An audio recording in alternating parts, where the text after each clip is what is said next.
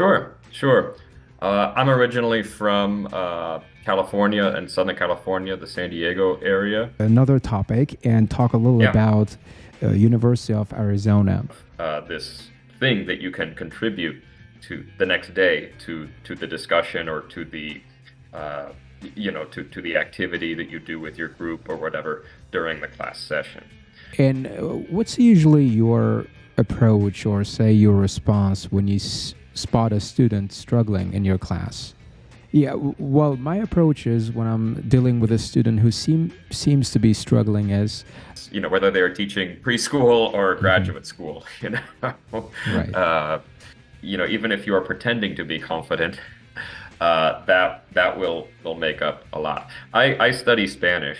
It's not really a good idea to teach students grammar and vocabulary all separate. Culturally in the United States, some of the things that you've heard are definitely true, and some of them are probably exaggerated.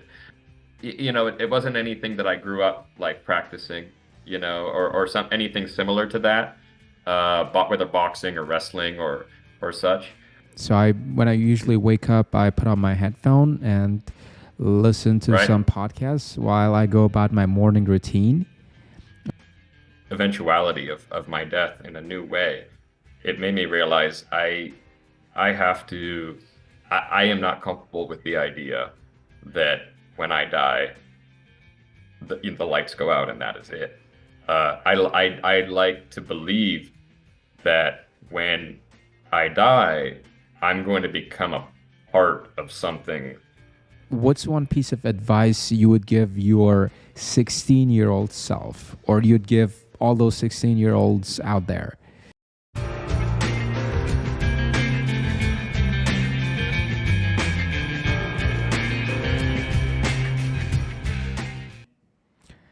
Hey guys, hey everyone, welcome back to another episode of Astra Muse. I'm here, your host, Muhammad Ali, and today I got another great guest on the show. And guess who it is? Well, we got Mr. Nick from Arizona University, an English teacher, and I'm going to be talking to this teacher and getting to know more about life in the US and some tips and tricks for learning English. So if you guys are interested, please keep watching. All right, Mr. Nick, welcome to the show. It's Thank glad. you, Muhammad Ali. Very happy to be here. Yeah, yeah. We are so honored to have you on the show today. And so this podcast, we're gonna be talking about basically your background, your academic life, your career, and a little bit about your personal life, if you don't mind. Yeah. Absolutely. Sounds great. All right. What do you say we start off this conversation with your background? Would you like to tell our audience a little about yourself, what you do at the moment? Sure, sure. I'm originally from California and Southern California, the San Diego area. Hmm. I have been living in Tucson, Arizona for 12 years. Moved here in my early 30s to begin a master's program in teaching Hmm. English as a second language. Hmm. For the past 7 years, I've been teaching first year writing classes in the writing program of the University of Arizona. So generally, I'm teaching to students, like I said, in the first year of their studies at the university, undergraduate students who have just begun college, as we call it here. And I normally teach classes to international students. So I have students from all over the world, including, of course, from Uzbekistan. And I feel very lucky to be able to do this job. It's something that I really enjoy doing, and I hope I can continue doing it, for the rest of my career. Yeah, that's I guess I would say a brief summary of where I'm coming from. Yeah, that sounds very interesting. Like, would you mind telling us what got you into teaching? So, was it by design or by default? So, how did you get into teaching in the first place? Yeah, good question. I guess I don't really have a super straightforward answer. It's not strictly what I studied when I was in college. I got a degree in English literature, which would be, literature that was originally written in English, by authors from either the United States or Great Britain generally. Um, and I have to admit, I kind of wandered around for a little bit after I like not traveled around the world, but I guess suppose in the sense that I didn't lack a clear uh, you know, point of direction for a couple of years after I graduated.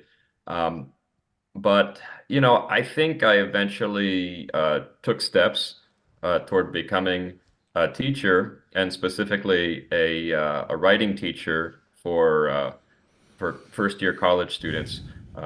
For a few reasons. One is I always found that uh, language was sort of where I felt the area where I had my skills, my best skills, and also most greatest interest.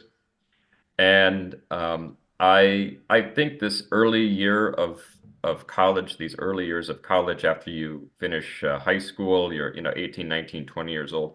I always thought those were really really interesting years of transformation. It's when, at least in the United States, we kind of begin labeling you as an adult, and people kind of establish their own identities, I think, in those years in unique ways.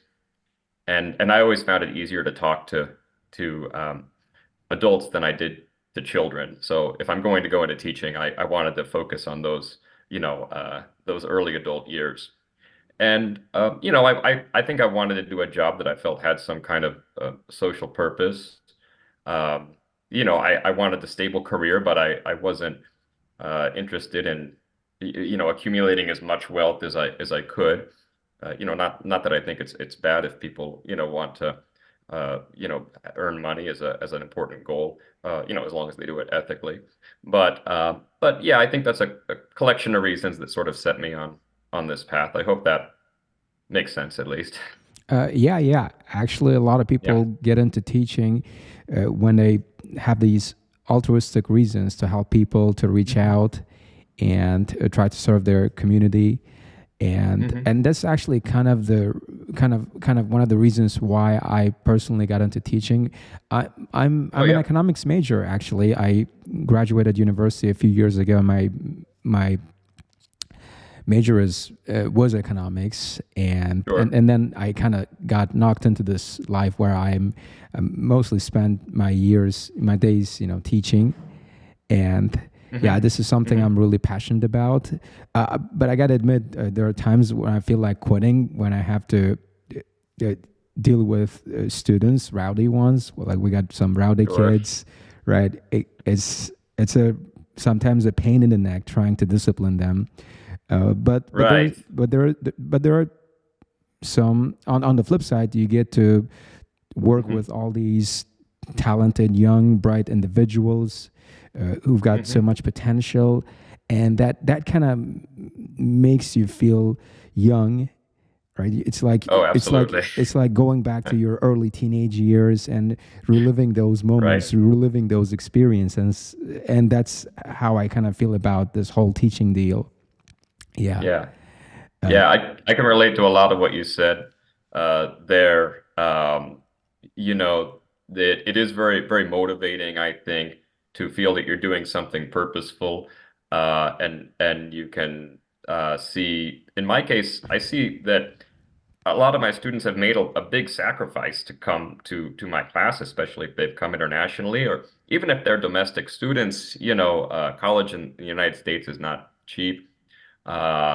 They've taken out loans, they've forsaken other opportunities, and that I think is a big motivator for me to give the best that I have.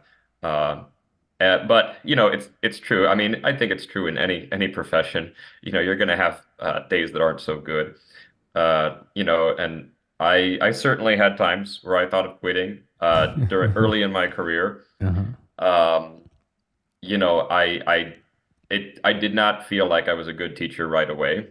I had to kind of learn those strategies and habits allowed me to give a good class. And I felt for my first few years, I felt like I was just going out and failing every day, which is of course a very a horrible experience. Um, but one reason or another, I pulled through that eventually. But it was not a pretty, process, but I pulled through. And now I just hope that, as I continue to age, I mean, you said, being near students kind of helps you maybe retain a a a kind of youth in a way, which I agree. I mean, at least I hope that's the case. But okay, so I'm 42 years old now. I want to keep doing this when I'm 62, and there's going to be a over 40-year gap between me and my students if I stay in the same Yeah. position. So, I think if I have any concern now, it's about, continuing to be able to communicate as well with students, um, when I get deep into middle age. Oh yeah, Yeah. yeah. Yeah. Teaching is a can be a very rewarding job if you Yeah. think about it. Yeah. So now, Right. what do you say we move on to another topic and talk a little Yeah. about University of Arizona? Because well, we got a lot of students here who are cramming for their university admission, and they'd like to go I see. abroad, and they'd be very curious to know more about the education system in the U.S. and what it's like. Right. So and so I'd really appreciate it if you could give us some idea of what the curriculum is like overseas, specifically in the US, right? And then we'll go from there. Right. Right. Okay.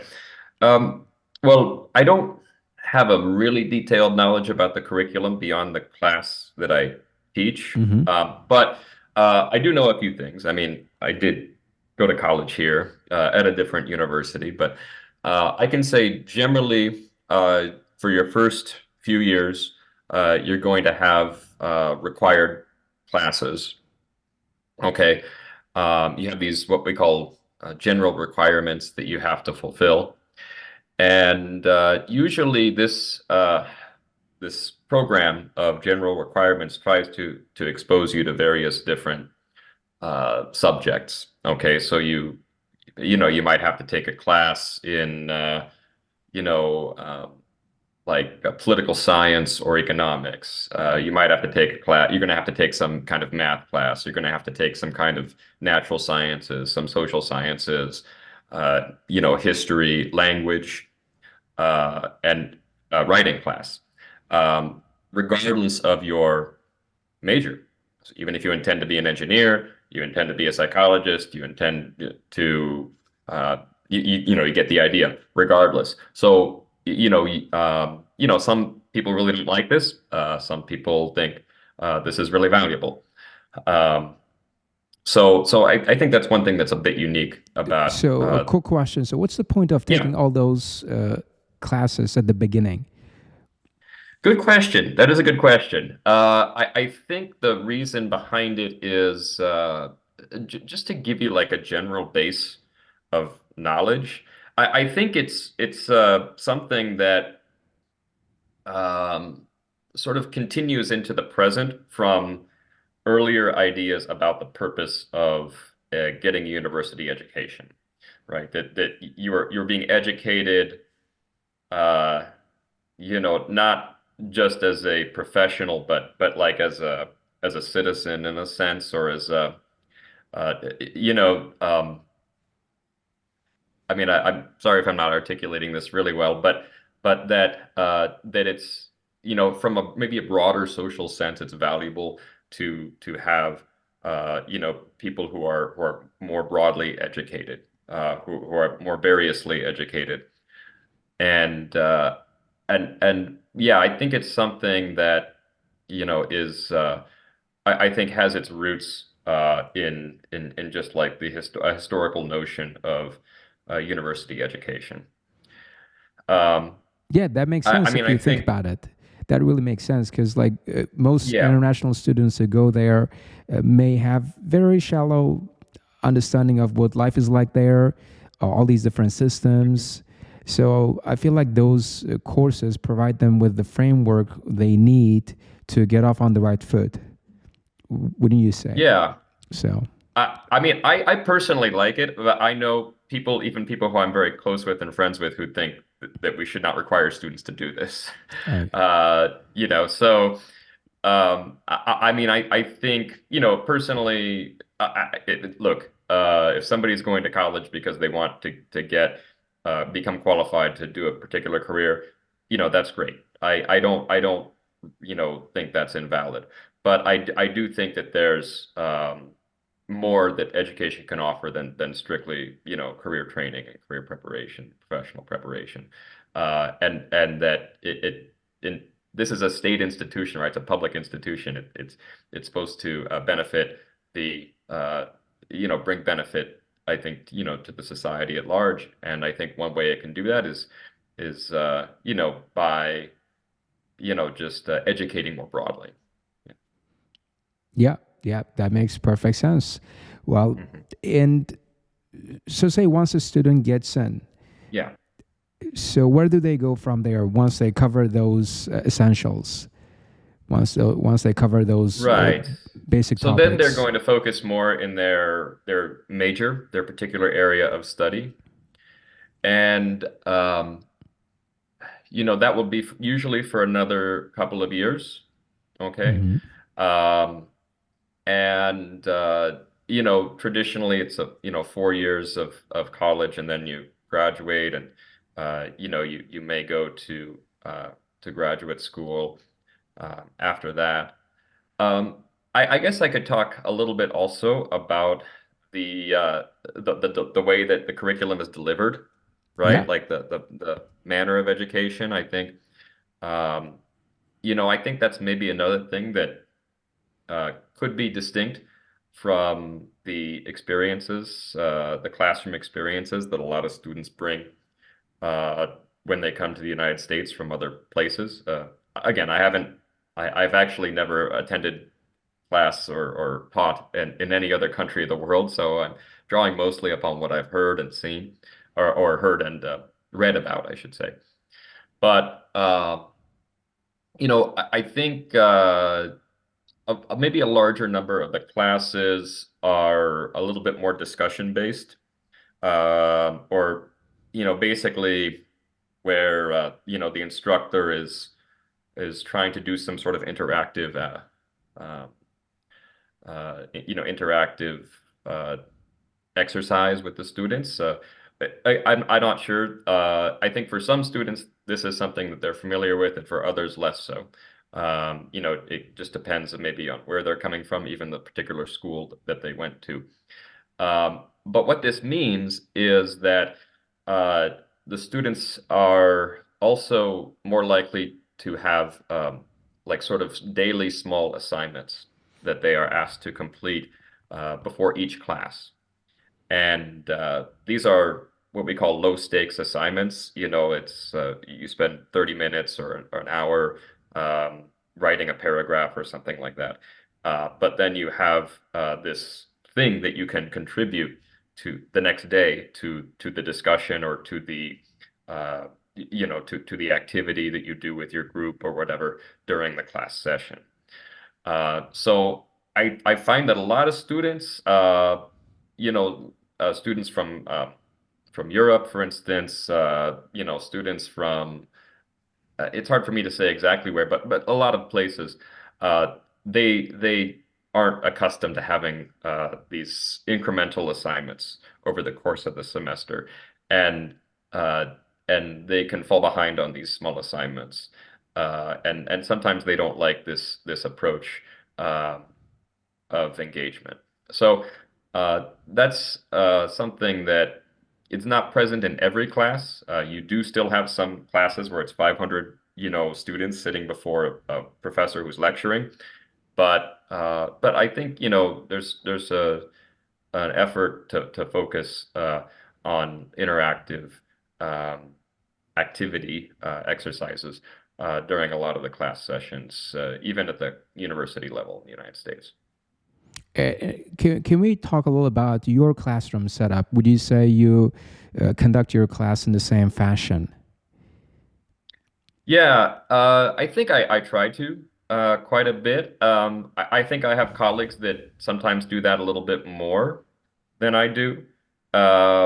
Maybe they are a little bit more comfortable with a lack of structure. I do like to have a bit of structure from day to day, you know. And so but yeah, I will often ask, for instance, I will often ask students to talk with their partners or to talk with a small group, uh, about some questions, and then I will, call on particular groups to report what they discussed. I find this is easier than, um, just throwing the question out to the entire class, because some people are going to be too nervous to speak. I understand. Um, and then when I put them in small groups, everybody gets a chance to talk, right? If I throw the question out to the entire class, maybe only one or two people respond, right? So I think this method actually relates back to when I was an English language teacher. So, I taught ESL classes, right? And I'm trying to teach a speaking class, and I want to encourage as much speaking as possible. So I think that carries over into my present method of instruction. And yeah, I mean I do have days where I feel it's more teacher centered, and I'm throwing out a few questions, but not doing anything too interactive. Um, but yeah, I try to push things into that direction a little bit. Yeah. And what's usually your approach or say your response when you spot a student struggling in your class? Hmm. Good question. Um, I don't know if this is one of my biggest strengths as a teacher, to be honest. Um, it depends on what kind of struggling I'm seeing, Hmm. right? Do I sense the student is applying effort or not? Um, so, I will,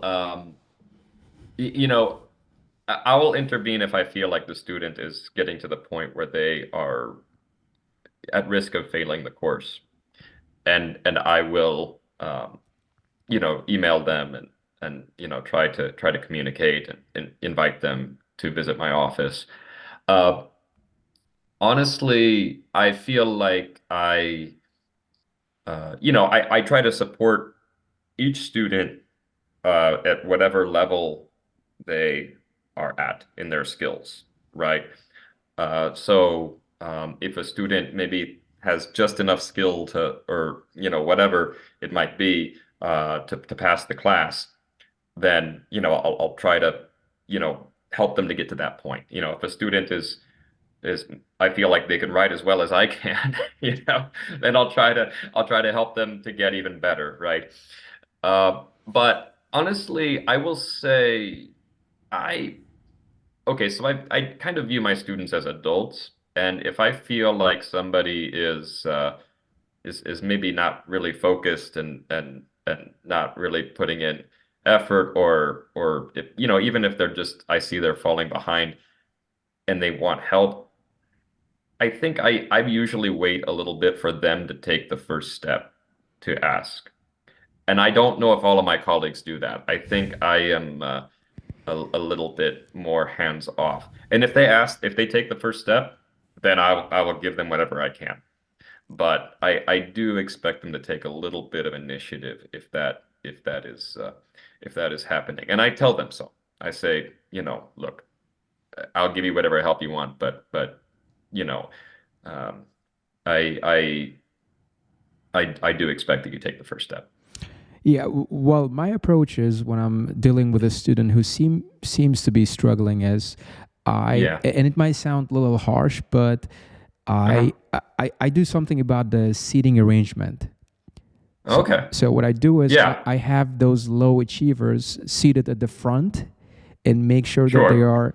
they stay on their toes the entire time. They're getting the most attention and they're getting asked the most questions. It's like being put in the hot seat. Like and Right. I try to get them involved as much as I can.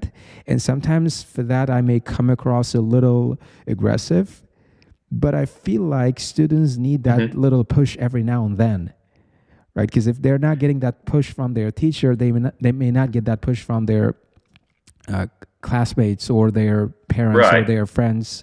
So, but I do admit sometimes though it backfires if they are Mm. too introverted and they might feel kind of offended and they might decide to Right. drop out. Right. Yeah. Well, I mean, I like that, you know, you're not just ignoring the issue here, Mhm. right? And right, I mean, like you said, this could be uh somebody might look at this and say this is harsh, but at the same time, you you're trying to do the best for the student, Mhm. right?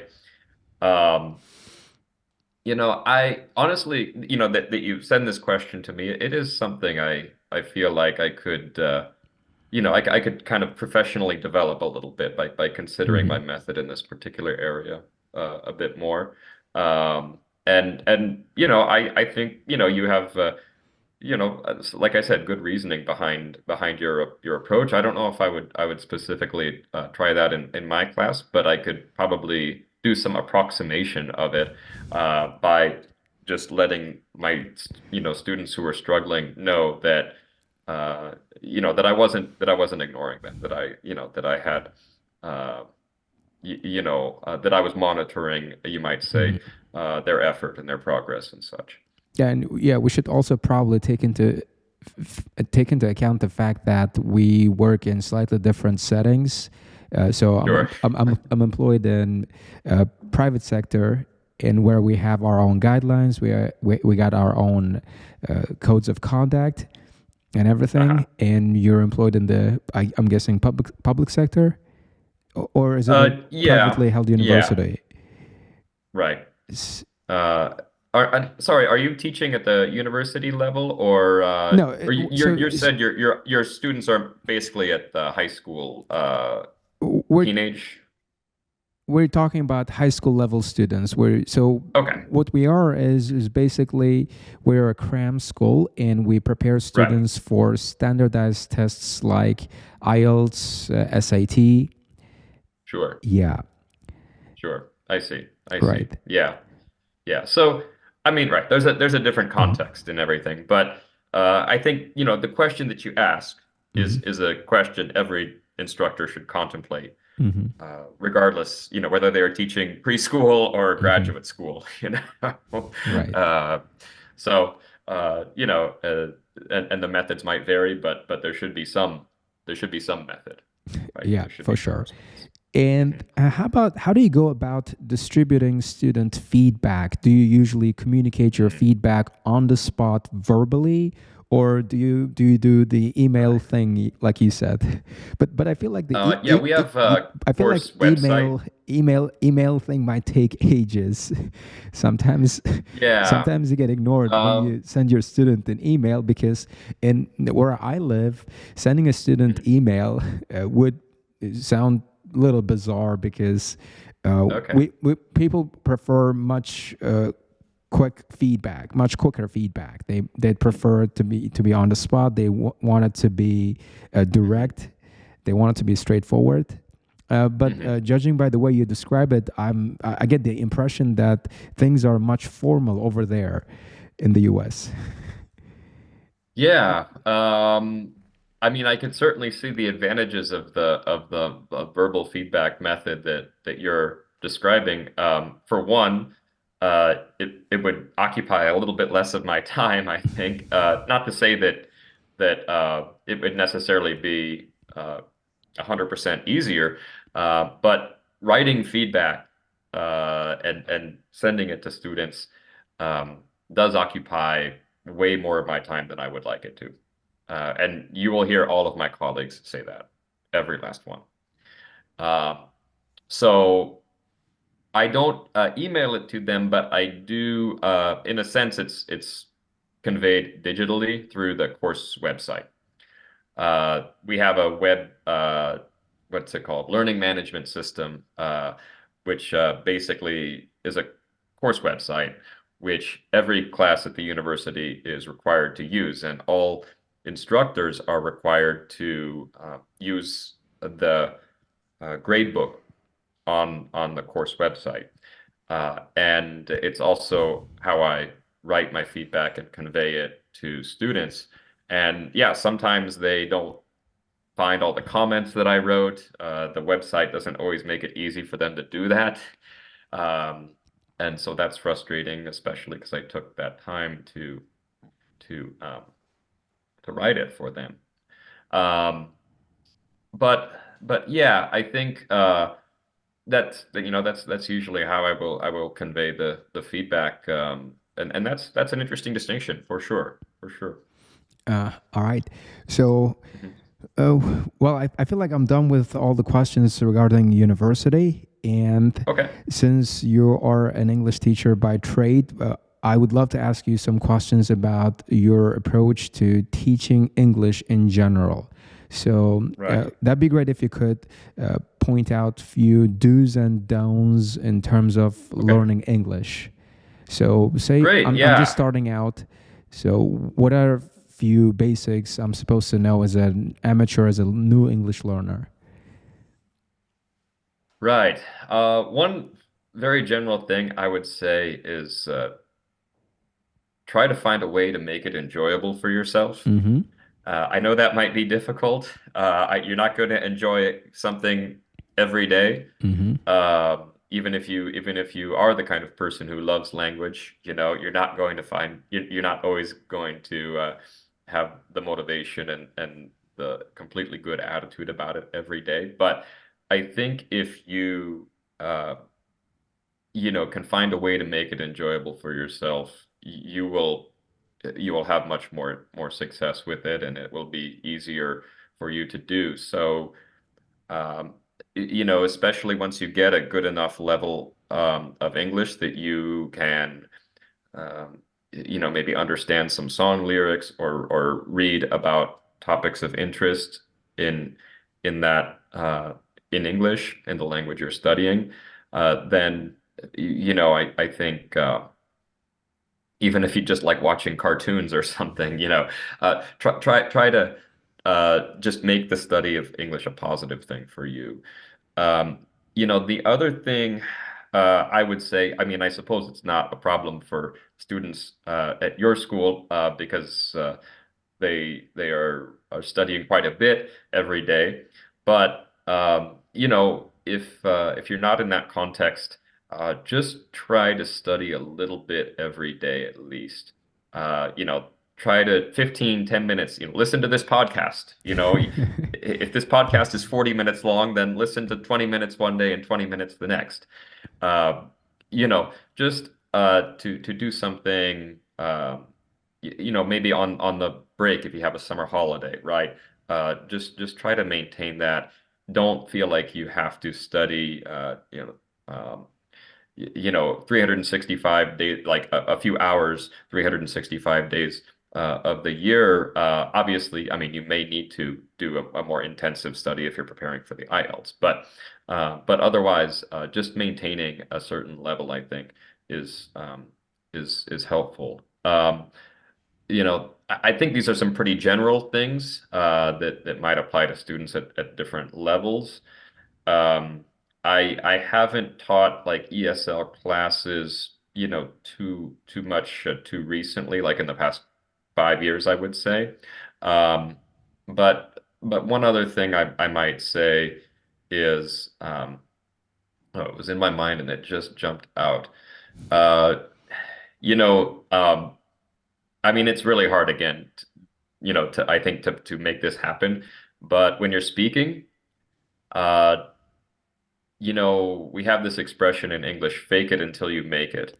Right. So, right. Yeah, I've heard of it. Don't pay attention to your errors. Just if you're speaking and you know you said an error, just keep going. And if you can, be a little bit confident in your delivery, that even if you are pretending to be confident, that will make up a lot. I study Spanish, and I never studied it in university. And I do run into situations living near the Mexico border where I do get to practice, and I always enjoy it, but I'm always aware of my mistakes, but I just try not to focus on those and just just go for it. Yeah, that actually sounds like a good piece of advice because I feel like the main problem with a lot of the language learner is Hmm. fear of public, fear of speaking. They're just Right. too afraid of being judged and criticized for their mistakes, right? Hmm. And Hmm. I would probably give the same advice to most language learners. And this is something I luckily understood, realized early on. Yeah. And Yeah. I realized that the first 2, 3 years, I wasn't going to speak great English. So I just went ahead and Right. did it. Yeah. And a lot of it is trial and error. You just say something and you get Yeah. feedback and then you improve and then you keep trying and trying and trying. Right. Yeah, important thing is to have that boldness, is to go after it, to keep practicing. Yeah, I could not agree Right. more with what you said here. And what are some common misconceptions you have of regarding learning Right. English?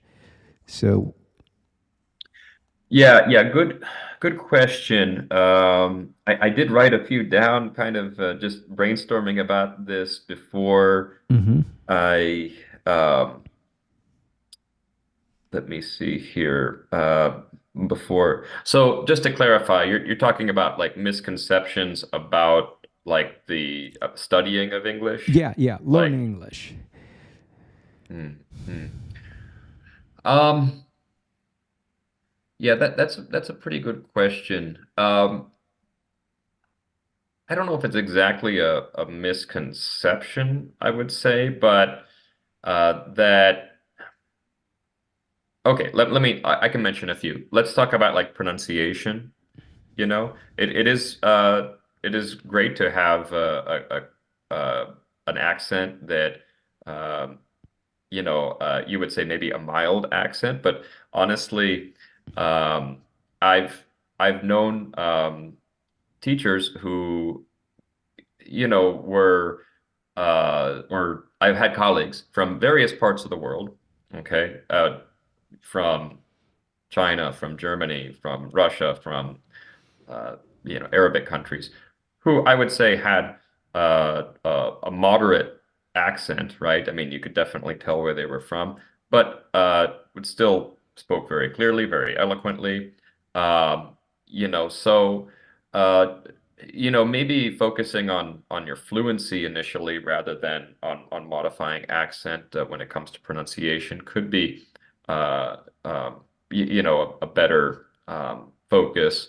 Also, when you're studying pronunciation, I gave a pronunciation lesson to this weekend class that I teach yesterday. So, like I said, I don't teach ESL normally now, but I do have these gigs every now and then. Yeah. Um, I tell them, look, I'm going to teach you how to pronounce this sound, but it's sort of like this is learning, like if you play an instrument, this is learning how to play one note on an instrument.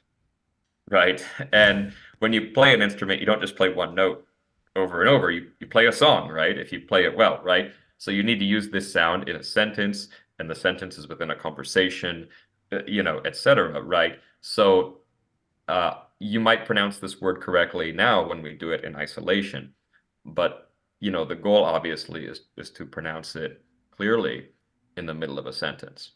And that don't expect yourself to be able to do that right away.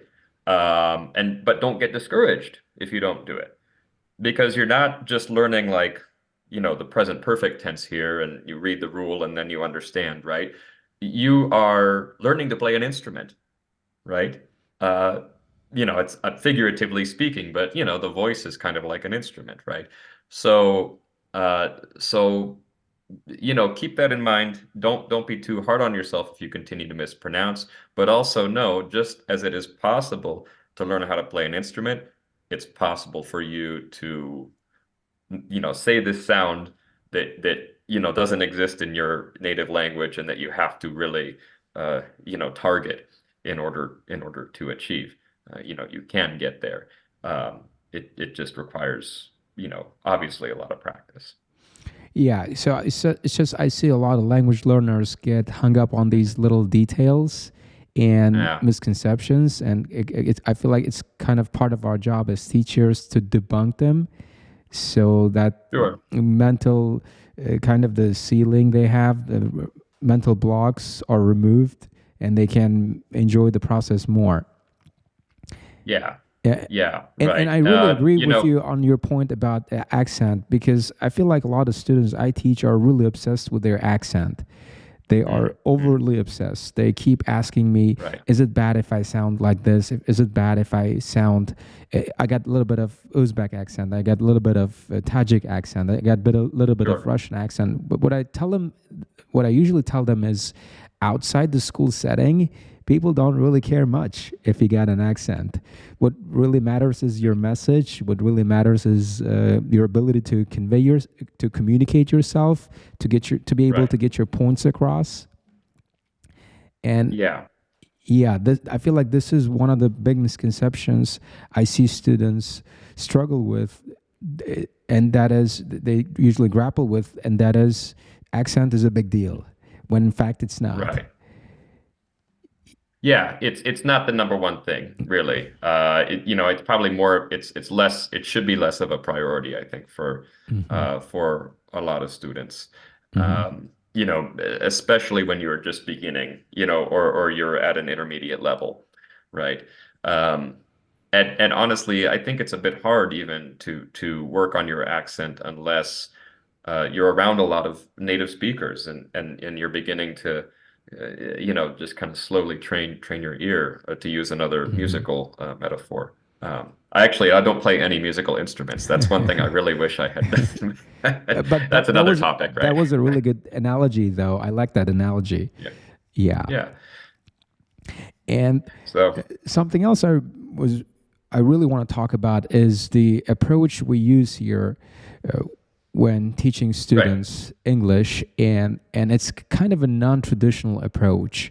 So Okay. basically, my theory is it's not really a good idea to teach students grammar and vocabulary all separate. Right, like Mm. first introduce them to grammar concepts and then teach them a little bit of vocabulary. Uh, uh, Hmm. Granted, this method works, but I kind of feel like it doesn't deliver the best results because Mm. they are not anyway going to be able to mix and match all those different structures and vocabulary items well, because simply they don't have that intuition. So what we do instead here is we get them to learn text, or say a dialogue, Okay. from a credible source like a native or a TV show, or maybe just a clip, right? And then get them to Right. repeat those lines word for word. Hmm. And then eventually what happens is all those structures and different expressions and phrases, they start internalizing them, Right. and eventually start producing authentic English without having to go through the trouble of learning different grammar rules and expressions and phrases. I kind of feel like this way it's through this exposure and repetition, their journey of language learning journey is Hmm. less stressful. Yeah. Yeah, that's interesting for me to hear. That is interesting. I'll say, your initial point about, teaching the different skills separately versus teaching, you might say, holistically, Yeah. uh as I would maybe label your approach, Hmm. um is one that I am familiar with. I would say I personally, I don't feel like I have too firm of an opinion on one, direction or the other. but at the same time, I haven't taught in both and really been able to, uh, you know, make too much of a comparison. I did when I taught in an intensive English program at the University of Arizona. It's called Center for English as a Second Language. We did have the skills separated into different classes. And I will say I never enjoyed really teaching a standalone grammar class. I never felt like I was very good at it. Yeah, I mean, I think you would be aware of some of the drawbacks to that kind of class, which kind of taught grammar in a decontextualized way. Uh, Whereas if they're doing one of your lessons, maybe they have to make the decision in the moment of which grammatical structure do I use. It's not okay, we're going to have this today we're going to talk about the past perfect progressive and all of our sentences are going to be on that on that aspect, right? Um, yeah, no, I think also listening to what you mentioned that the dialogue-based approach, I have done some exercises like that before. It's good to get students speaking and then also the emphasis on authentic language is of course ideal. Um, and I think it could be something that students would enjoy too. I mean, obviously nobody's ever going to enjoy everything, but Hmm. but not all students, that is. But I think that does sound like a good strategy overall for getting good engagement, good attitude from the classes. So yeah, I would be curious to see that happen, but I like hearing your description of it right there. So it's very much like that analogy you gave of playing the Hmm. guitar and just learning one sound in isolation, right? But it Right. doesn't really matter if you can. It doesn't really matter if you can make that sound in isolation. What matters is that you can make it in a big long sentence in the middle of a Right. sentence. And I feel Yeah. like this approach I was talking about, and you use the word contextualized. I think I can call it Ah, contextualized approach, right? Where you have context. right. You can look at the surrounding words and the phrases and the kind of the extra stuff and see how they interact in the sentence. Hmm. So that kind of gives you a Hmm. better feel for language, more natural feel for Right. language than learning all those different units in isolation and Hmm. separation. So that's Hmm. the whole, our rationale behind, going down this uh, approach, using this Yeah. approach in the classroom. Yeah. Yeah. No, that sounds really solid, really strategic to me, and it would not surprise me at all Mhm. to hear that you got good results from that. Uh, and can you think of any language learning tools that might streamline the process of language learning? Because I know now with Yeah. all these new tools like ChatGPT and voice Right. assistant, we're now headed into a whole new era of language learning. It's true. Yeah. Yeah. So what's your take on that? Yeah, good question. I don't know. I mean, I will say I'm not aware of a lot. I can't off the top of my head mention Hmm. specific applications that I've tried or that I've seen students use effectively. I mean, I do know of the names of various applications. Um, but they're developing new ones all the time. The last time when I was really studying this particular aspect, incorporating digital technologies, cutting edge technologies into language instruction was probably about 6 or 7 years ago, and of course things have really progressed since then. Um, so I I I don't know. I mean, I think the way the student uses the tool is very important, right? And translation technologies, I think, you can use them in a way that furthers your learning, or, it can be something that, sort of substitutes, right, for your own thinking and development. And I think it's it right here it's a little bit hard for me to give guidance to on how students might use these technologies to further their learning rather than as a substitute. I think it would depend on which application we are talking about, and maybe Let's talk even about the specific. ChatGPT. What do you think of Okay, ChatGPT? yeah, yeah. Well, that's a big question.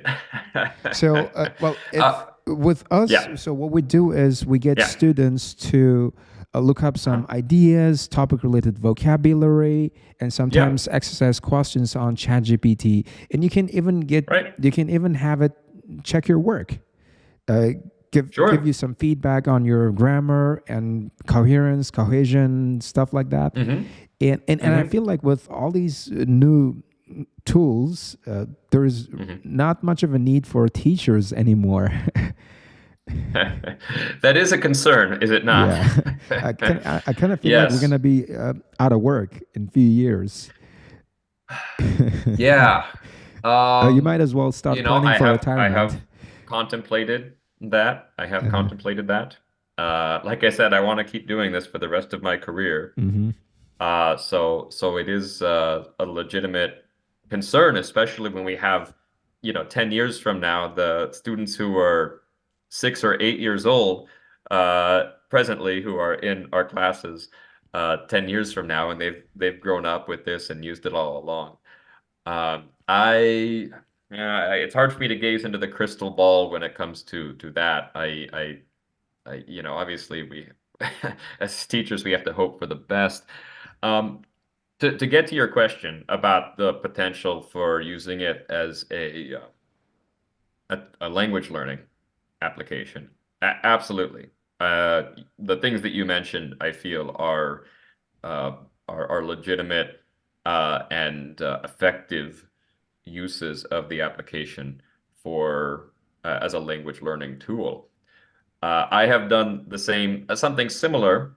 I can mention two examples actually. So one, I saw an instructor, a colleague, who had a student write a brief composition and then ask ChatGPT to revise it, and ChatGPT did, and then asked ChatGPT to basically label the sorts of grammatical errors, uh, or label, in other words, maybe the revisions that it made, that ChatGPT made when it produced the revised version.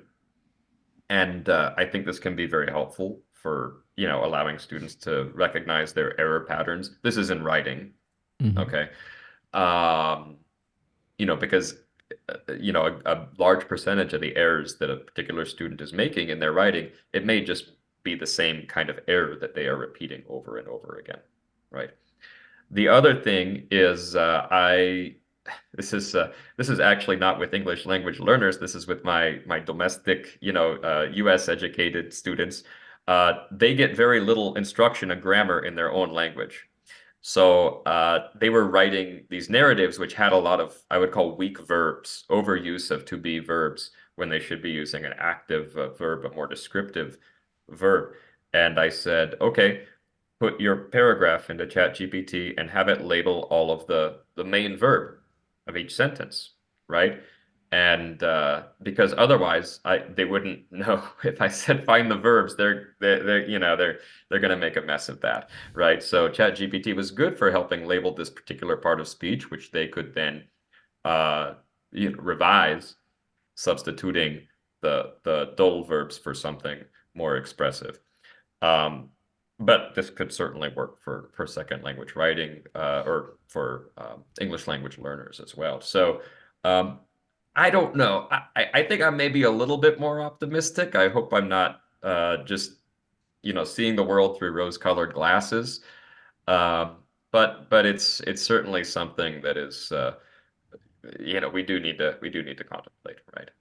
Yeah, and I feel like students still gonna need help with the fluency aspect of language learning. Like, what I mean Yeah. is interacting with humans in the real world.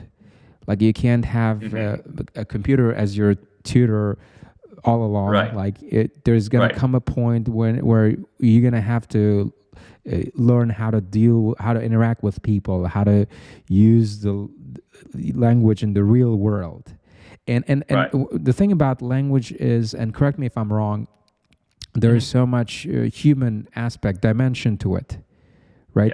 Yeah. Language is made up of not just grammar and vocabulary, but also there's nonverbal aspect of language, like eye Hmm. contact, and you got also a little bit of maybe hand gestures, and like carrying yourself when you're in public and when you talk, you being able to use all these nonverbal cues effectively for optimal communication.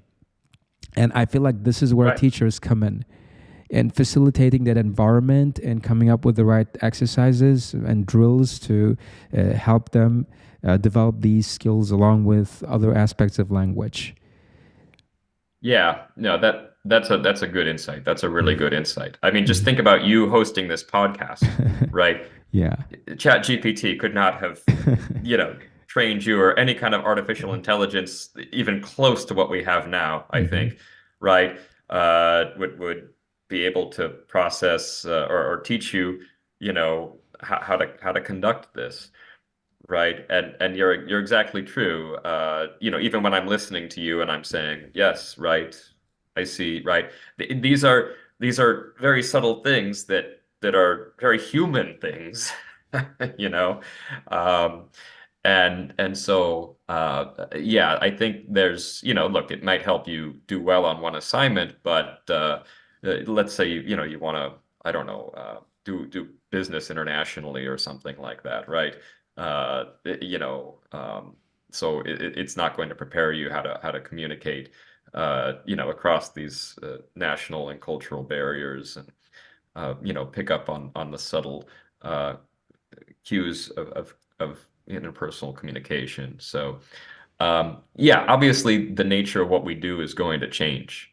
Um, but yeah, I think there's a large territory maybe outside of what AI can capably uh, address. At the very least, it's a very interesting thing to talk about right now. I mean, it really has provoked some some fascinating conversations. Yeah, yeah, and we gotta also give AI some credit for all the Hmm. work it does for us.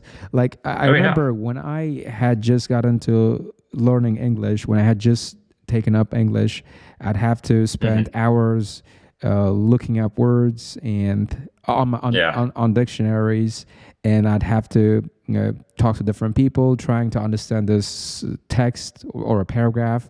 And now it's as simple as dropping all your questions and clicking enter, and everything is ready. Voila. And Yeah. it's magic. Yeah. Yeah. It is. I did an activity in my class this week, generating a research topic. Hmm. And I said, look, this is totally fair to have a conversation with the chatbot to feed you some possible research topics. Hmm. And, in the space of one class, the students were, I mean, it's just like what you said, the progress in their research was so much more efficient, right? That they were able to get so much farther in their research process in just one class than they were maybe even in 2 weeks of classes last year. I'm talking about my class last Yeah. year, Yeah. right? So, right. It's like the progress with the library. We used to have to look up, we didn't have any digitization of the resources in the library. There was no Google, right? So it's going to change the emphasis of what we do within our classwork, and of course within our professions as well. Yeah, and ChatGPT, it's an impressive tool. It's an amazing tool. Yeah, Yeah. that's all I can say Yeah. about it. Do have to give it credit. Yeah, Yes, like for you said. sure. Now, Yeah. it'd be pretty interesting to know more about Mhm. life in the US, or more specifically, Yeah. life in Arizona. So, would you like Mhm. to tell us a little about what culture is like there? Sure, sure. I'd Yeah. be happy to. Um, so Hmm. Arizona is a beautiful state in the Hmm. southwest corner of the country. Hmm. I am a little bit biased, of course, because I live here, and I live in a part of the Arizona which is officially a desert, and I do enjoy the desert scenery. And it has some unique kind of landscapes. It has some unique environment, plants and animals and such that you don't see in any other part of the country. But culturally, it's also a bit unique. We have a large Mexican American population, that's been here.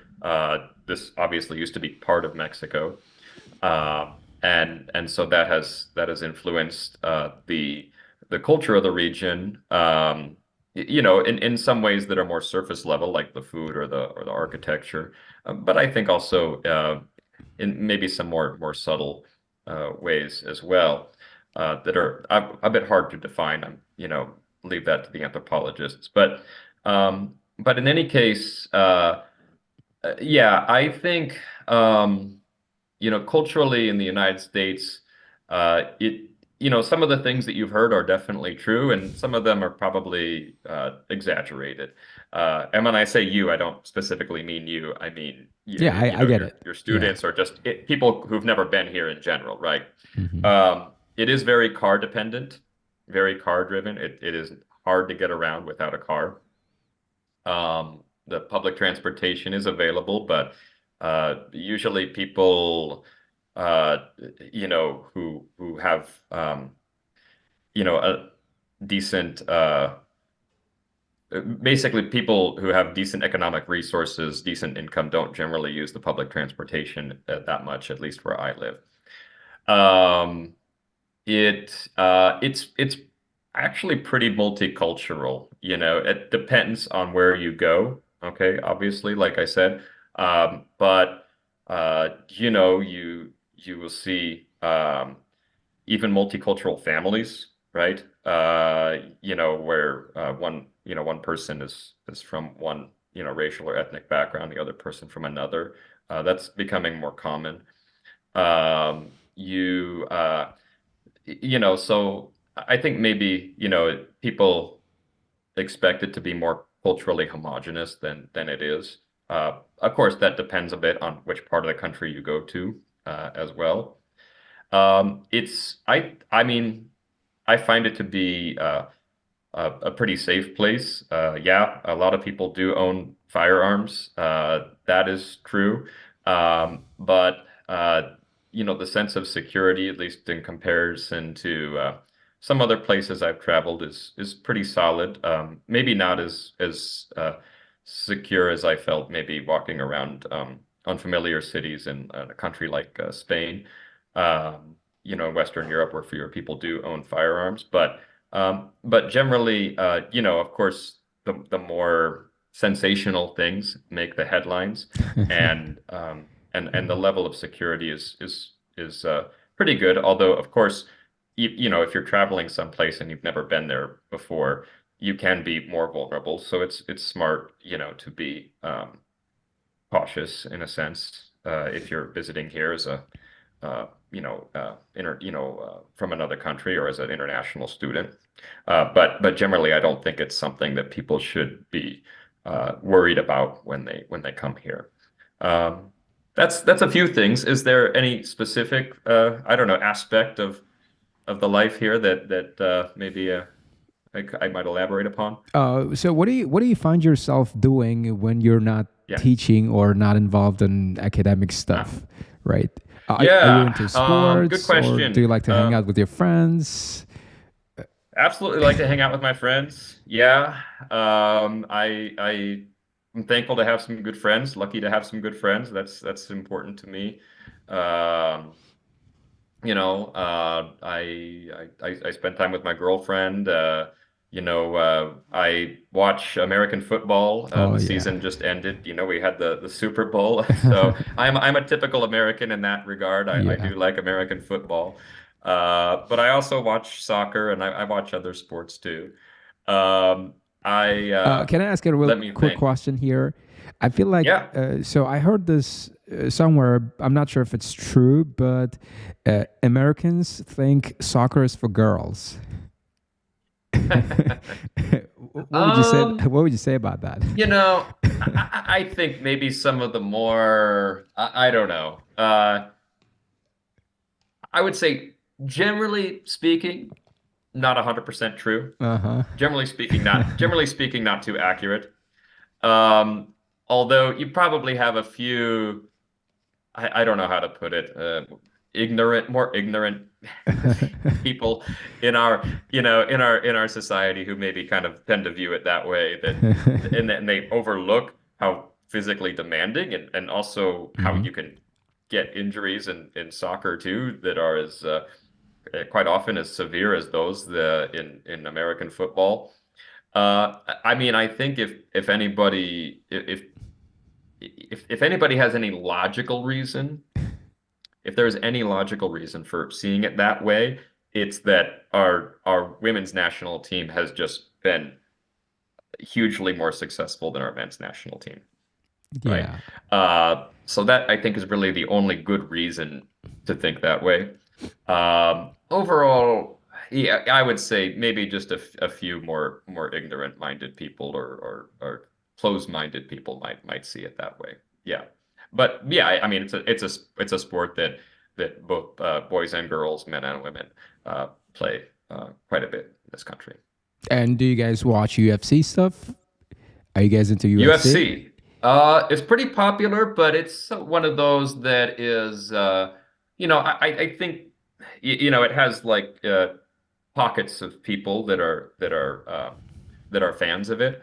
How about So you? first, sorry, How about you? Do you like UFC? myself, no, it's not one of my favorites. I mean, I definitely like respect it as a sport, Uh huh. but I can't say that I follow it too closely. I just never, it wasn't anything that I grew up like practicing, or some anything similar to that, whether boxing or wrestling or such.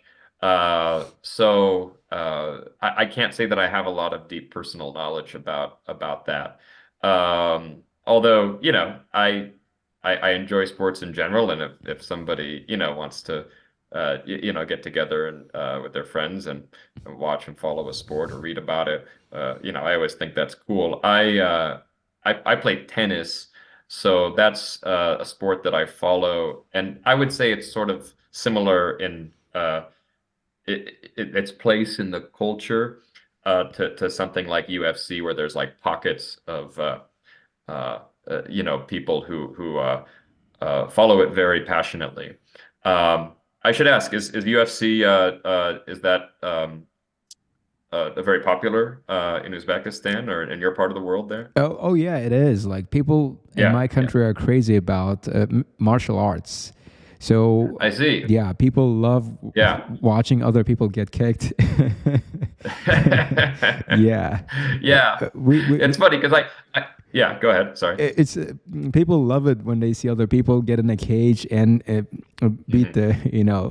the crap out of each Hmm. other. So The you know what, yeah, this right? is and so we got and so people love UFC, boxing, Uh-huh. kickboxing. Uh-huh. So mostly mixed martial arts and different types of Interesting. martial arts. Yeah. And also people over here, people in my country, Mhm. they send their kids to sports schools from very young age and train them different I types see. of martial arts. Some get into boxing, Interesting. some take up karate, and then eventually they mix them into one. And Hmm. yeah, Hmm. so it's kind of a Right. big So thing you here. no, that's cool. That's a cool tradition. So you probably have like a lot of maybe like people who compete in the Olympics in like judo or that kind of thing, right? Like maybe a lot of the medals that they your athletes bring back are in those sports. Is that the case? Yeah. You could say that we had a few world champions in boxing and karate and judo. So yeah, that explains Cool. probably why these sports are huge in my country. Right, right. Well, it's also a reflection Yeah. of their popularity as well. Yeah, I would say, it's more of like I was saying with tennis, kind of we would say a niche thing. Although UFC, when there's a big fight, even people who don't follow it too closely, hear about it. Um, and somebody will throw a party where they buy the pay-per-view, you know. They buy the fight basically that to play on their TV. And same thing will happen with boxing, although we haven't had as many, I would say, high profile boxing champions as we did like back when I was growing up and there was like Mike Tyson and your namesake. That he was before my time though. Yeah. Yeah. Muhammad Ali, Yeah. one of the best Yeah, fighters of exactly. all The time. greatest. Yeah. Yeah.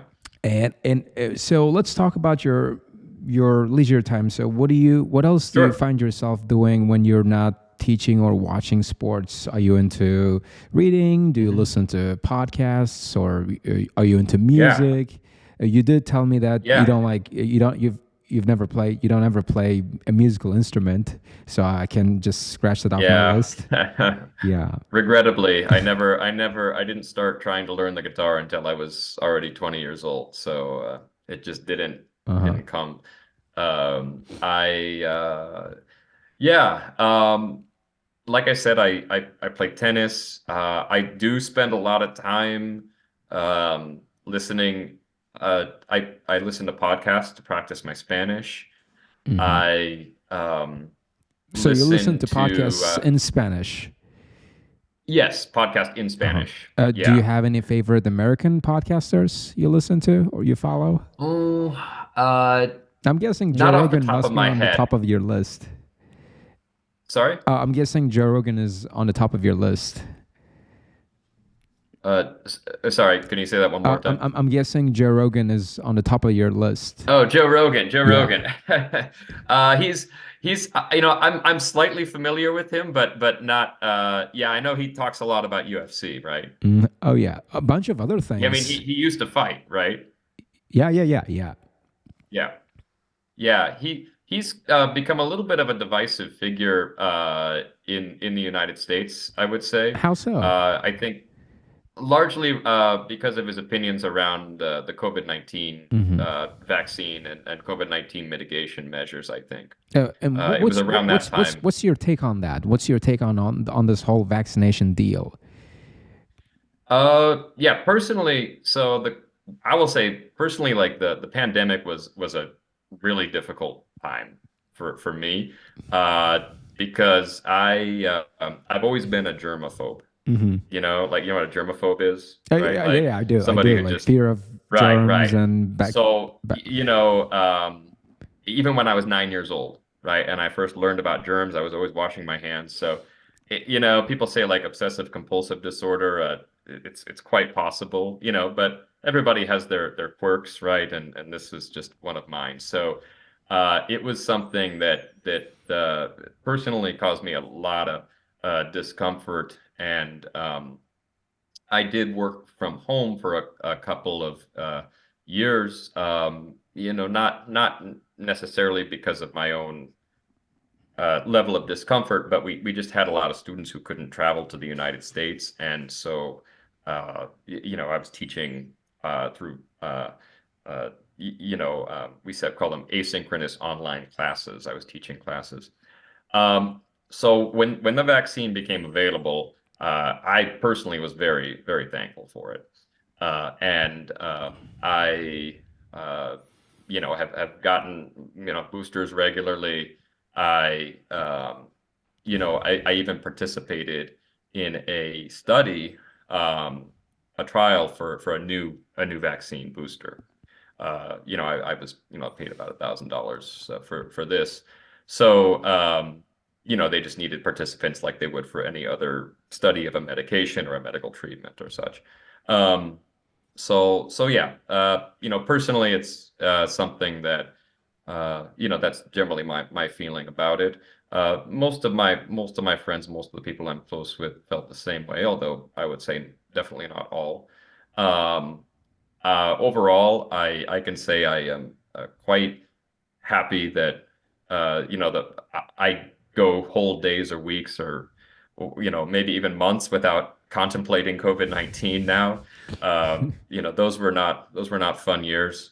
Uh, Obviously, I'm not saying anything new right there. Um, yeah, overall, those are just a few of the reflections that spring to mind about that time. About the arrival of the vaccine and about how we've uh, continued onward since then. So you're obviously not happy about Joe Rogan calling out vaccine supporters, right? No, I mean, I'm not. I don't remember his exact words, but I was not. I mean, I remember feeling a bit opposed to his whole position on the vaccine and with regards to certain treatments. Look, I really believe in the scientific method and I believe in expertise. And I believe that there's people who know more about these things than I do.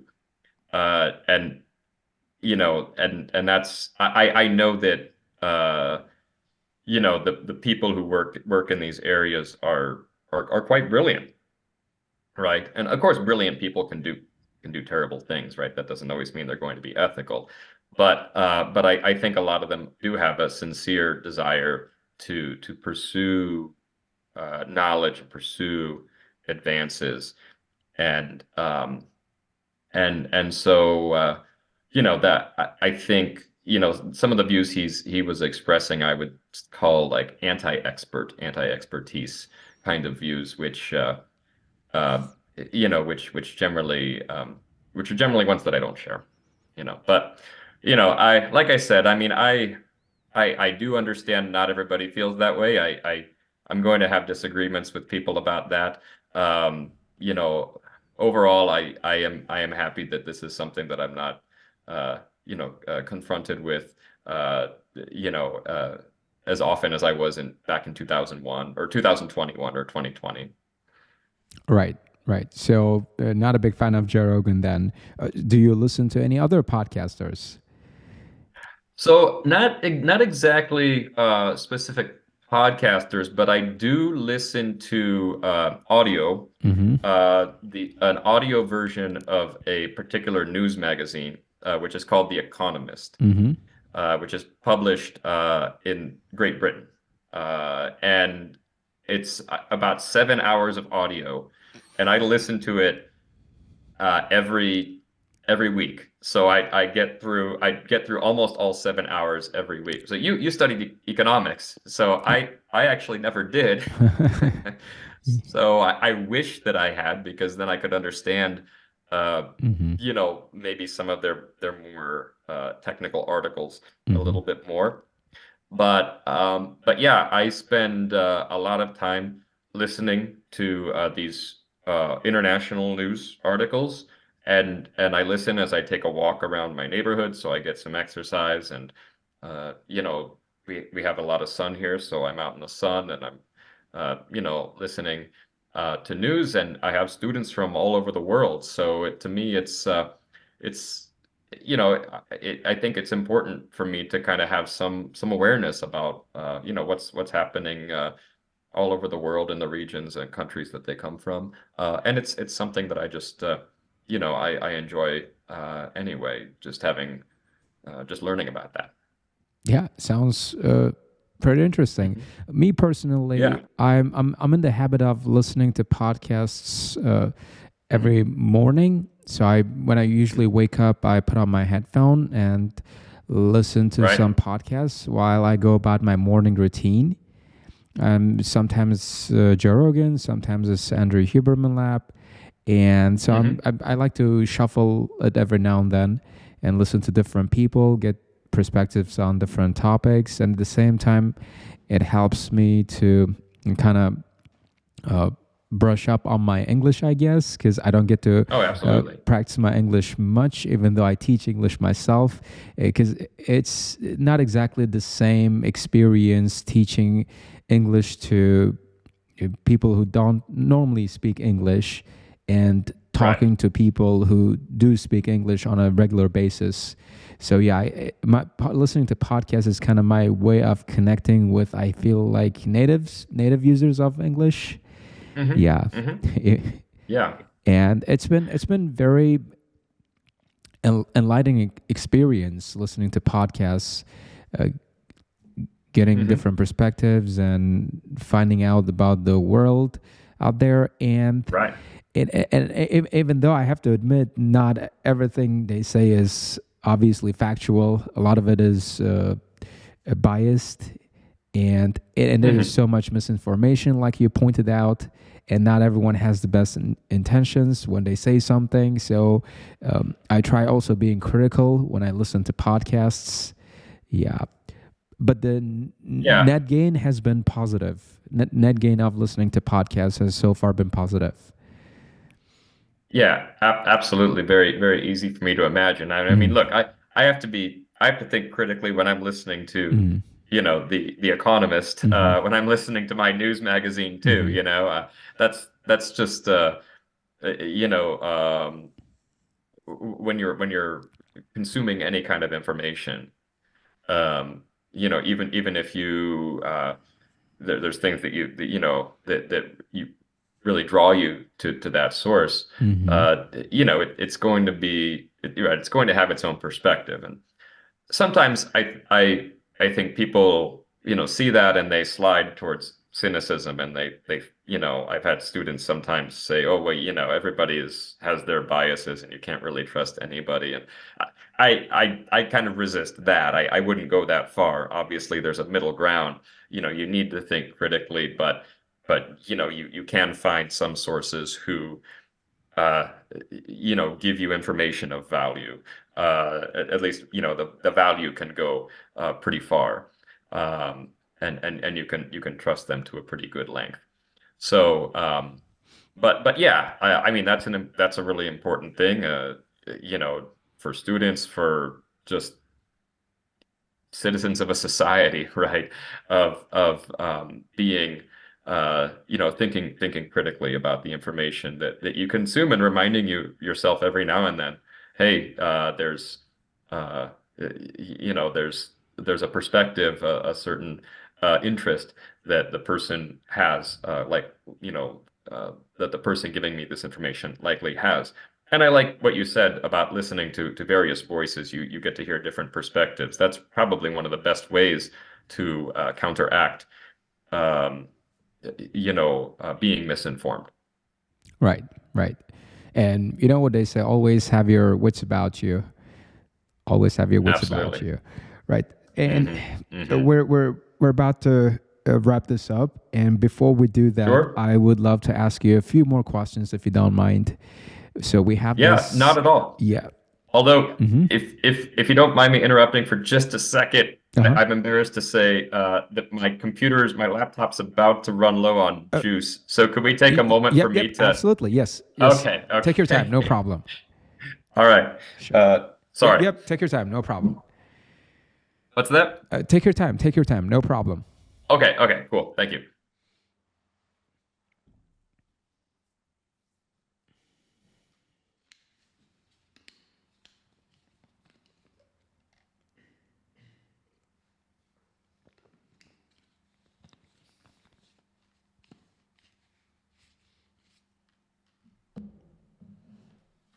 Okay.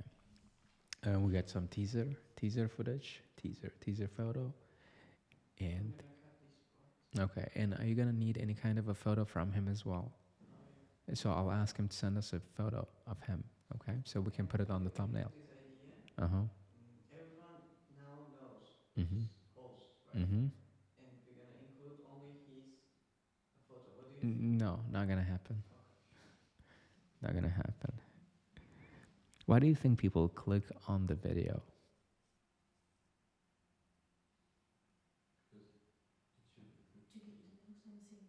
No, why do you think people click on our videos?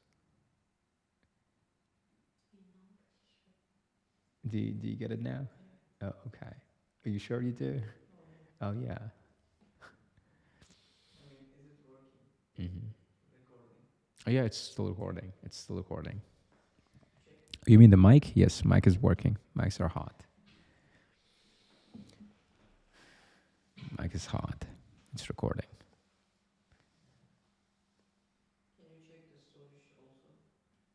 I don't know how to do that. Mm-hmm. No, I think we're good. I think we're good. Mm-hmm.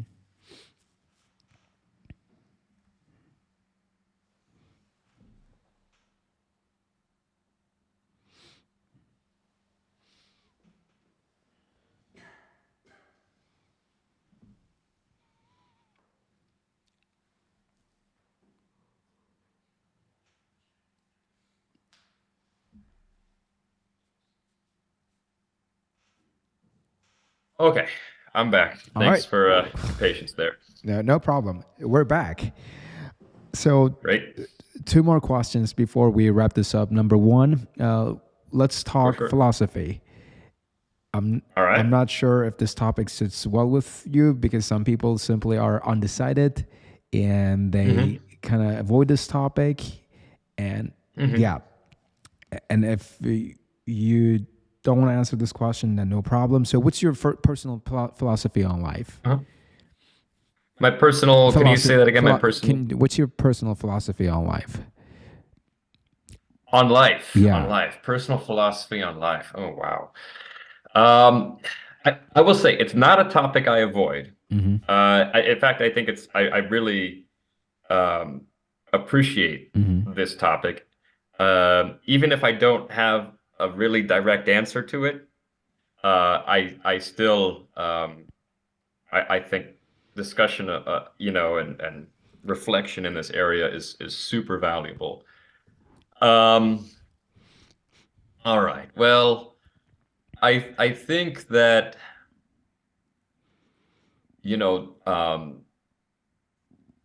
doing good toward others, right, is is something of immense value. Um, and that I do think that it's hard for me to say, that there is an objective good in all cases. Um, you know, but I think that, the effort toward that is something you know that people ideally should pursue. I think that,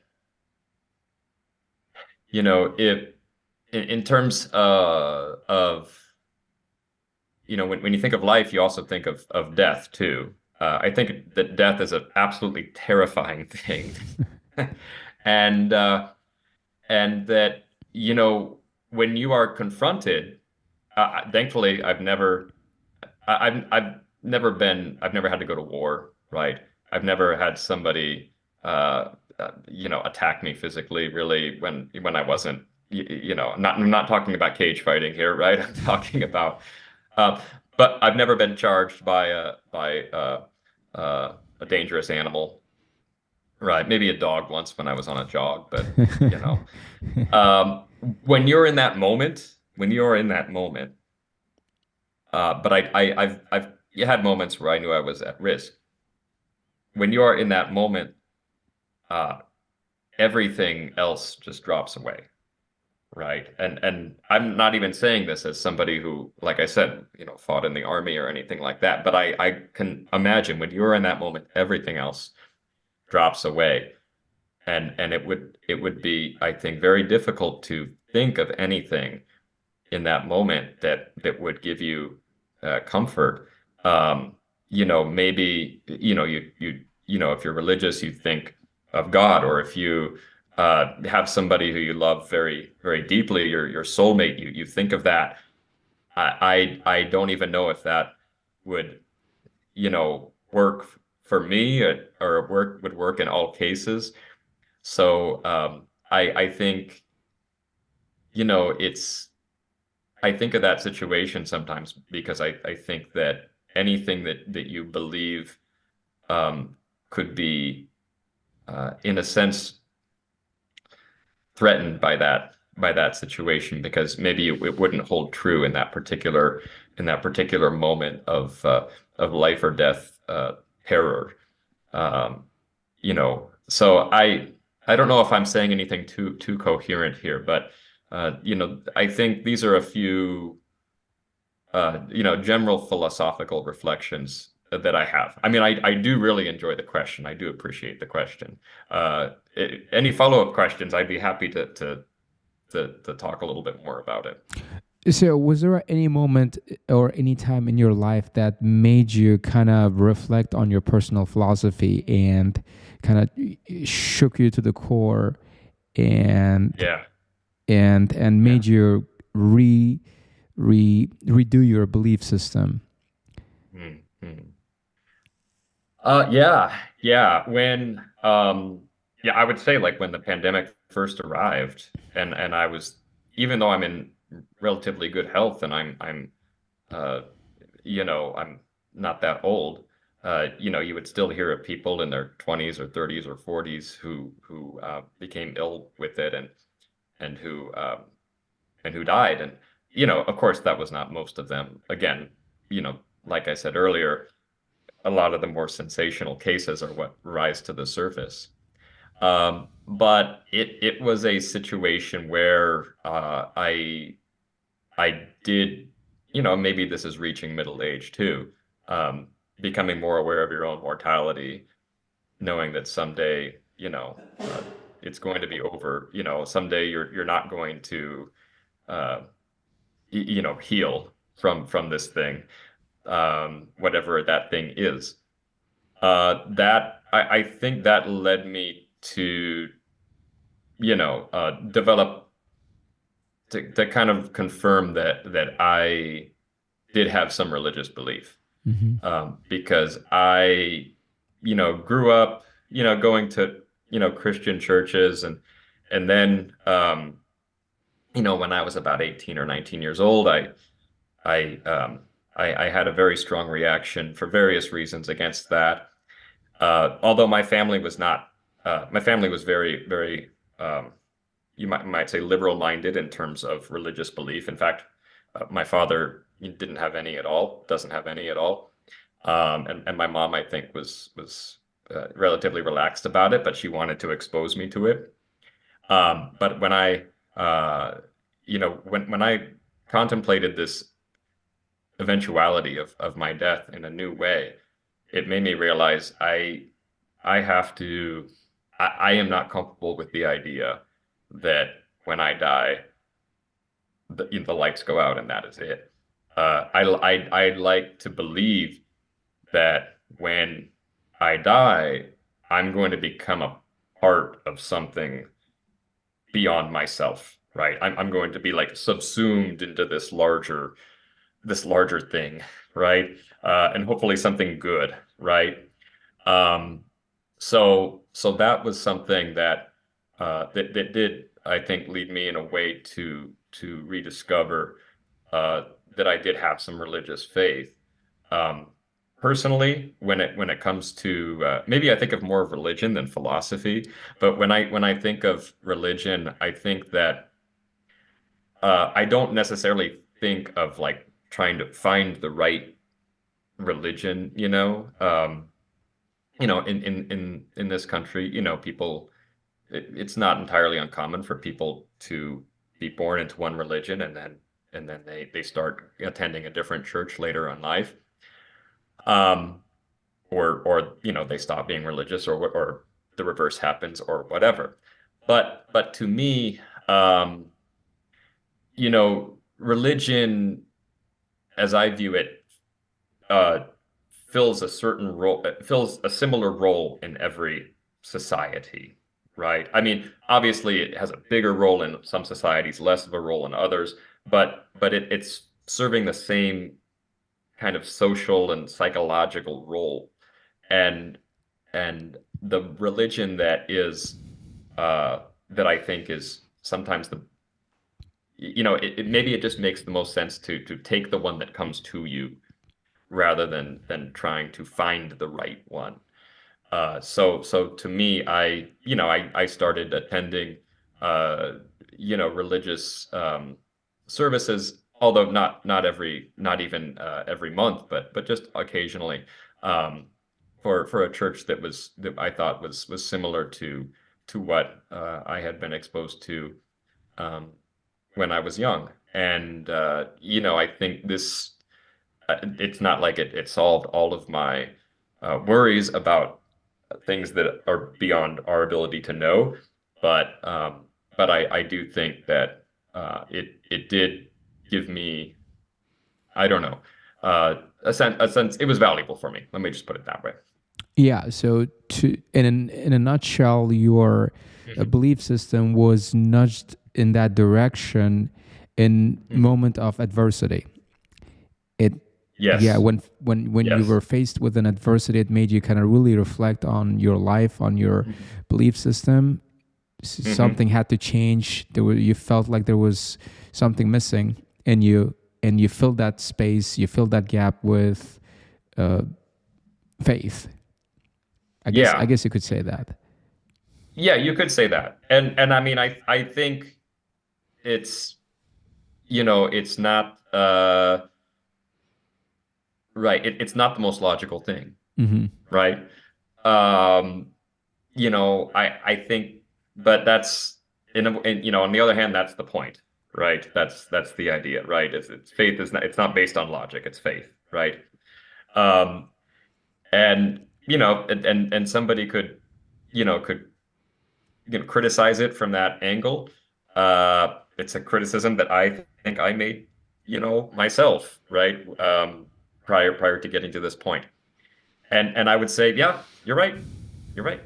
And I, feel that way, and that's okay with me, honestly. To me, it's a personal thing. I don't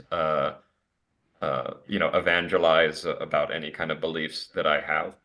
I think that I kind of view religious beliefs. Maybe it's a view that's kind of maybe more common among people in the United States of my particular political or social position, that it's sort of a personal belief, and I respect those of others, even if it's not what I share. I mean, my motivations for adopting a religious faith were very personal. So, Right. Yeah. although I don't mind talking about them here. Uh, it all sounds pretty interesting. It all sounds so Mhm. fascinating. Like Yeah. listening to your story of how your life changed and what your Hmm. beliefs are and all that. It's pretty interesting. Now, uh, Yeah. Yeah. It's interesting to talk about it too, actually. yeah, in I this. appreciate, just anybody asking about, I would say, purposeful questions, meaningful questions. We don't do that enough. Mhm. We don't do that enough, honestly. Yeah, Here simply at simply least. probably because these are hard conversations to have. These Yeah, conversations are hard. right. Yeah. I have very close friends who I've never had this conversation with. Hmm. Mhm. And one last question I would like to Mhm. ask you is, Yeah. what's one piece of advice you would give your 16-year-old self, or you'd give all those 16-year-olds out there? Okay, give me just one moment. Give me just one It doesn't moment. have to be one piece 16-year-old. of advice. Okay, it can be, say you had a time machine and you could go back in time and talk to your Right, younger self. So, what are a few things right. you would say? Okay. This is going to sound like I'm giving a sales pitch, maybe. Uh, Okay, but it's really true. It's really true. I would say um, keep studying your second language Mm-hmm. and study internationally Mm-hmm. when you have the chance. Oh, okay. And and there are going to be people who don't want you to go, who are going to miss you. Maybe you have somebody you're in a relationship with who is going to break up with you. But go. But go. Um, because that's what I wish I would have done when I was about 17 or 18. Hmm. Or no, sorry, a little older. Um, I wish that I had studied internationally. I wish that I had continued to study Spanish. I would be fluent now instead of just advanced intermediate, stuck in that spot. Um, and I think I would have look, I mean, I can't complain about my life at all, and I've been able to, I'm very fortunate to have been able to do some really exciting things. But I do wish um, that I had done those two things when I was in my 20s, and I'm pretty rare as a as an ESL instructor in the United States, from the United States, who's never lived in any other country except, for short vacations and visits. So it's not something that has held me back hugely, but when I do hear my colleagues talk about those experiences, I can tell they got a lot out of it that I wish I had been able to experience myself. And, maybe I will, one day, but like I said, going back a ways, so I think this early adulthood is a really unique time of life and and a transformative time and maybe one of the best times to have that experience. Right. So be bold. Don't be afraid to Yeah, chase your dreams and do more absolutely traveling. not. Do more of traveling. Yep. Yep. Take those opportunities. People are going to tell you that you shouldn't do it maybe, Hmm. but or they're going to tell you that they're going to miss you. Um, but they that shouldn't hold you back, and you're not going to leave them forever. Right. All right, Mr. Nick, Oh, it was such a pleasure talking to you today, and I got to learn a lot. I'm sure our audience did too. And I can't thank you enough for coming on the show today and sharing with us your a little bit about your personal life, your academic life, sure. and sharing all these useful insights.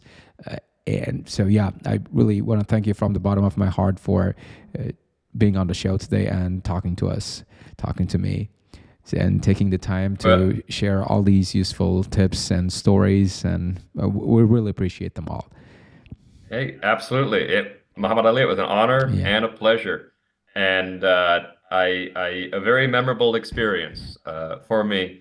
Um, First podcast I've ever been on, first time I've ever done this kind of thing. But I really enjoyed our conversation, and I would say the same thing. I really appreciate just giving me this opportunity, and I wish all of your students, all your listeners, the very best. I thank them for taking the time to listen, and I hope you find something Hmm. valuable in terms of what I said, and I can say I learned a bit from talking with you as well. So thank you for that as well. Yep. Wish you all the best too. All right, guys. Absolutely. This is all for today. We're about to wrap up this episode. If you liked it, please leave us a like and don't forget to hit that subscribe button. And if you got any comments, please leave them in the comment section below. I'll catch you in the next one. Peace.